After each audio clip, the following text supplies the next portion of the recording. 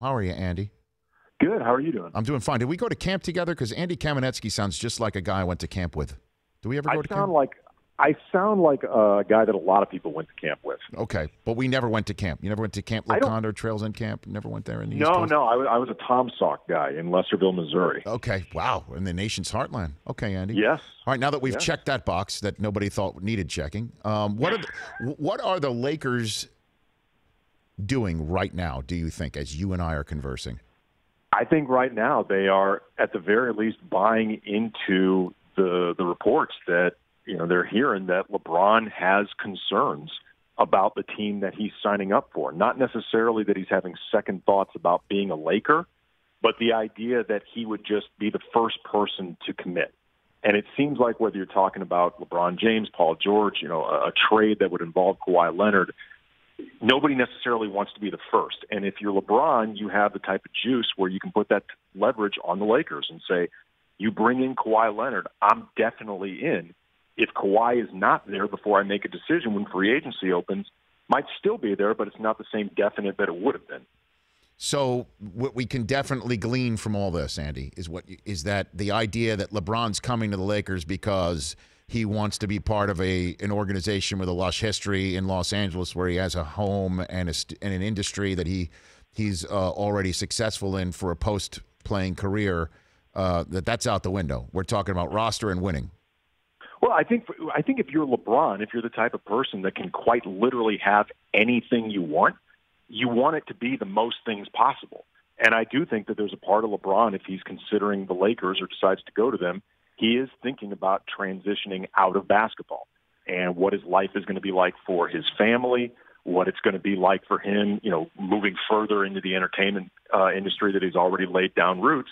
But at the same time, you want to have as many good seasons as possible and be as close to contention as you can be.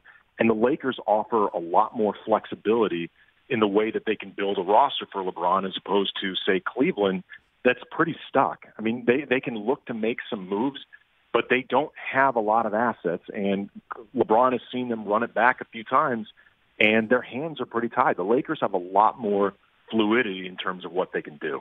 Andy Kamenetzky, The Athletic, ESPN Radio, covering the Lakers, joining me here on the show. So you're hearing that the Lakers are pretty much giving up anything not nailed down to make Kawhi Leonard happen. What are you hearing? Well, I mean, what I think is really fascinating about this, Rich, is the idea that the Spurs seem to have gone from really wanting to make this work with Kawhi to recognizing that it's not going to work, and also recognizing the leverage that LeBron may have indirectly given them by putting the pressure on the Lakers. So you've got this window before free agency begins for the Lakers to potentially convince San Antonio this is the best offer you're going to get. And that being the case, Sam Amick of USA Today used the word godfather describing the rumored offers. You're talking, I assume, about a Brandon Ingram, Kuzma included in there, maybe Josh Hart as well, future pick. I mean, that's a very, very good haul for San Antonio. But what I also think is interesting is the idea that they can't get this done before free agency begins. If I'm San Antonio, I wait to see what Paul George does, because there is a lot of chatter that Paul George could potentially decide to stay in Oklahoma City. He said a lot of great things about it. A lot of people who cover the team say he genuinely has enjoyed it and is making a decision. And if Paul George did decide to stay in Oklahoma City, that gives the Spurs much more confidence to think that another team, maybe the Boston Celtics, Philadelphia 76ers, might take a chance on trading for Kawhi, even if all they're hearing from his team is he's going to be a Laker. He's going to be a Laker. It's exactly what Paul George said. And then, in theory, he ends up staying in Oklahoma City. Well, so is there an untouchable on the Lakers roster? I mean, you use another a gangster movie phrase here for. I mean, what do you think? It's funny. You go back a year ago, and Brandon Ingram was being described as borderline untouchable, and Lonzo Ball was, before he had even put on a summer league uniform, was being described as the transcendent face of the organization. Magic saying, leave me a few of my records. Don't break them all there, Lonzo. And over the course of a year, everybody is a little bit more touchable. I mean, I think they genuinely like all these kids. I mean, even in a perfect world, I think they'd like to have Julius Randle around it. And Randle is the most likely candidate to end up gone if they end up with a super team just from the cap issues alone. But I think they like all these kids. But at the same time, like my personal opinion is that Brandon Ingram should be the most untouchable of all of them. I think Brandon Ingram has the best combination of versatility, work ethic, physical gifts, potential. You can play him 1 through 4 possibly. But what are the odds that he ends up as good as a healthy Kawhi Leonard? Even if you think Brandon Ingram is going to be very good, and I really do, the odds don't favor that because Kawhi Leonard is an MVP caliber player. That's right. So there's nobody on the roster you don't give up to get Kawhi Leonard if that means that you get a commitment from LeBron. And I think it's really a question of how much you give up. Individually, I would imagine that they all could be on the table. It's just a question of, okay, do you really give them all up? You know, do you truly gut yourself, not just of players, but of other assets to help build around the theoretical team of LeBron James, Kawhi Leonard, maybe even Paul George? Like you're leaving yourself not just few players along the margins, but actual few assets to help bring more in. So, Andy Kamenetzky, The Athletic, ESPN Radio, landolakers.com, and also at Cam Brothers on Twitter, covering the Lakers. So, I guess then where do we go from here? Is there a possibility to get all three, the mother load, Paul George, LeBron, and Kawhi, fitted under a cap, have enough players still left to win now? Andy, is that possible? Well, I mean, it's possible to make the mechanics work where you get all three. You've got to find a way to get Luol Deng off your books. Like, I don't even think stretching him would be enough. You need to find a taker for Luol, which, again, requires some of these young assets that you wouldn't want to give all up to San Antonio in a potential trade. It would be more difficult to build around those three. I mean, we've seen even with Golden State with their, they've got an amazing big four, but you start getting past, Andre Iguodala and Sean Livingston, there's not a whole lot there. It's the Miami Heat went through this for years. Cleveland's dealing with it now. When you have that top heavy of a roster, it's difficult to find quality 7 through 9 guys who actually really do matter. But the flip side is LeBron James, Kawhi Leonard, Paul George. It's a hell of a big three. I mean, you're going to be looking to take your chances against a team like Golden State with that. I mean, that is a team that is built to defend what Golden State does and do all the switching and have the athleticism and the length. They're built to take on Golden State. So you would look to take your chances with that. Now, and you also got to figure right now, Lakers clearly can't reach out to any of the players that we're talking about right now, but LeBron James sure can. He's got Paul George's number. I'm sure he can call Kawhi right now and get these ducks in a row, and then leave up the details to Magic and Pelinka to figure it out. So do you think LeBron opts out tomorrow? That's what it all comes down to? Okay. I do think he opts out. I mean, unless he decides at the last minute that he's actually interested in forcing a trade to, say, Houston, I don't see a lot of scenarios where it makes sense for LeBron to opt out. To opt in. It seems to me that he would want to have as much flexibility as possible. He can always go back to Cleveland. Mm-hmm. So I would find it very, very surprising if LeBron did not opt out and become a free agent tomorrow. And how did you and the rest of the Lakers media team take the surprise move of Magic taking a page out of the Jim Buss lexicon and basically saying, if I don't get it done, I'm out. I should be out. That was really surprising. I mean, it's the showmanship that you associate with Magic, even if you could argue it wasn't necessarily the smartest move. I mean, there's no real upside to putting yourself on a clock that publicly, that definitively, if you don't have to.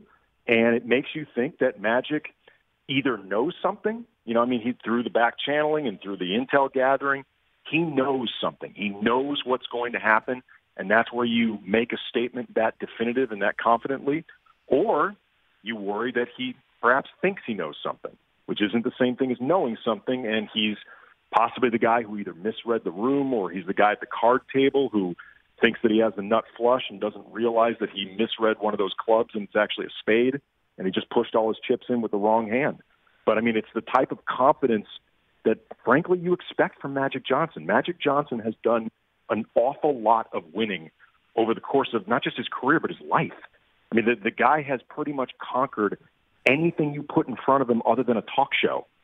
So it's easy to understand where Magic would say, yeah, I can put myself out there because I know I'm going to win. This is who I am. And Lonzo looks jacked, man. I mean, he looks like I'm serious.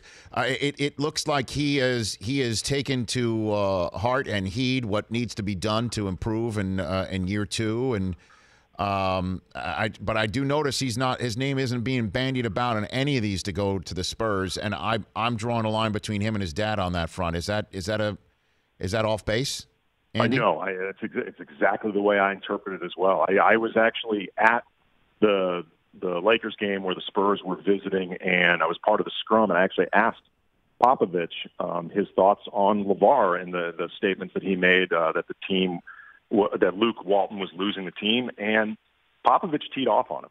You know, Greg Popovich made it clear he thinks Lavar's a clown. He thinks he's a loudmouth. He thinks he has no idea what he's talking about. And assuming Greg Popovich is going to be a part of the Spurs moving forward and maintains the same amount of sway that he has with the front office and decision-making, I would find it very surprising if he would sign up to essentially team up and deal with everything that comes with LeVar Ball. I don't think it has anything to do with Lonzo. I mean, I think he thinks Lonzo's a good player.